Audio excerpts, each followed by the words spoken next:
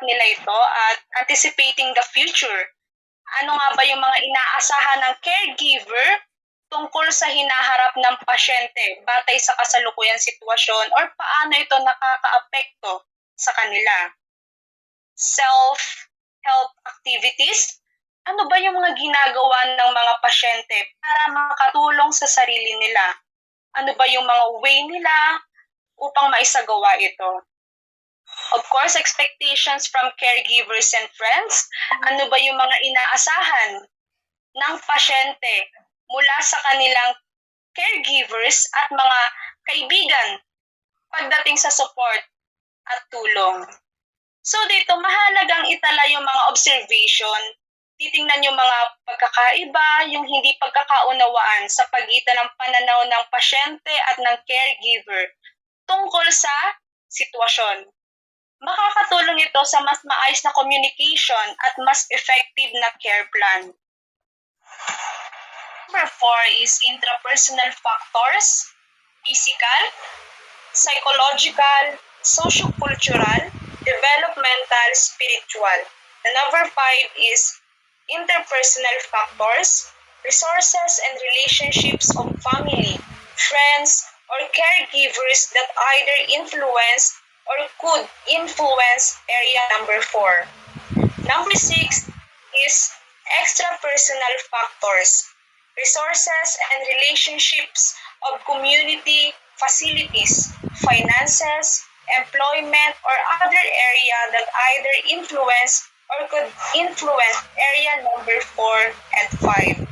The overall summary, the physiological, psychological, socio-cultural, developmental, and spiritual.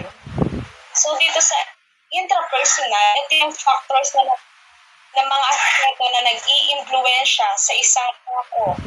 Katulad ng physical, yung physical na kalagayan ng pasyente, tulad ng kalusugan at yung physical na kakayahan nila. The psychological, yung mental at emotional na estado ng pasyente katulad ng stress, anxiety, or depression. The socio-cultural, yung mga aspeto ng culture at lipunan na nakakaapekto sa pananaw at pag-uugali ng pasyente.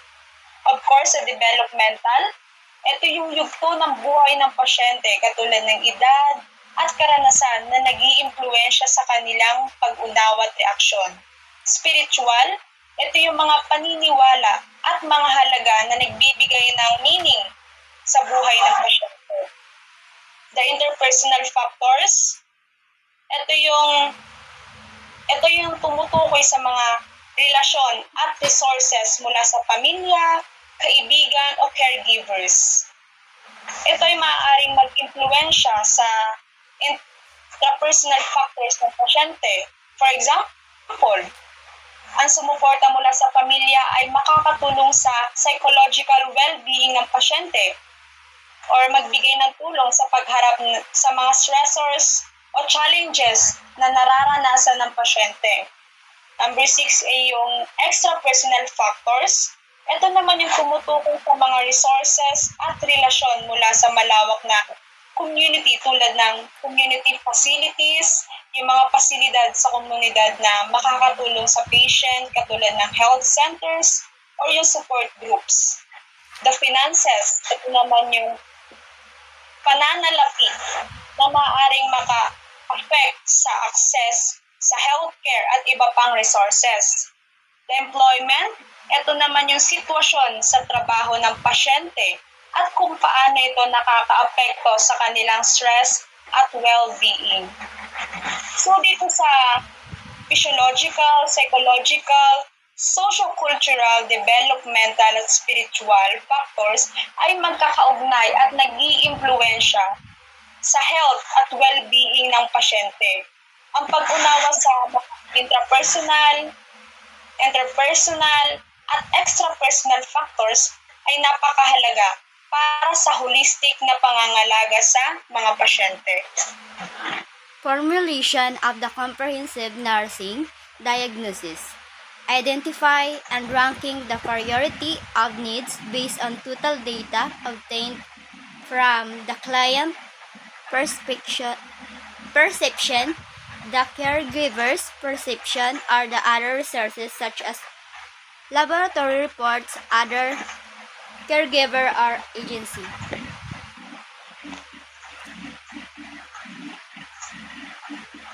Gathering comprehensive data about a patient health status including physical, psychological, social, and environmental factors. It also identify patterns or trends and the assessment data to determine the patient needs and problem. Use understand and nursing diagnosis classification to label the identified health issue. These include the problem is related factor and defining characteristic. Ang formulation ng isang comprehensive nursing diagnosis ay isa lamang itong patungkol sa isang proseso ng pagtukoy sa pagbuo ng mga diagnosis na nakabatay sa masusing pagsusuri ng kalagayan ng mga pasyente. Kabilang dito ang pagkuha ng impormasyon mula sa iba't ibang aspekto ng kalusugan ng pasyente tulad ng physical, psychological at social na mga salik upang makagawa ng isang kompleto at angkop na diagnosis na makakatulong sa pagpaplano ng tamang pangangalap. The nursing goal, intervention strategies negotiated with client to retain, attain, and maintain client system stability. Outcomes are specified under it as goal outcome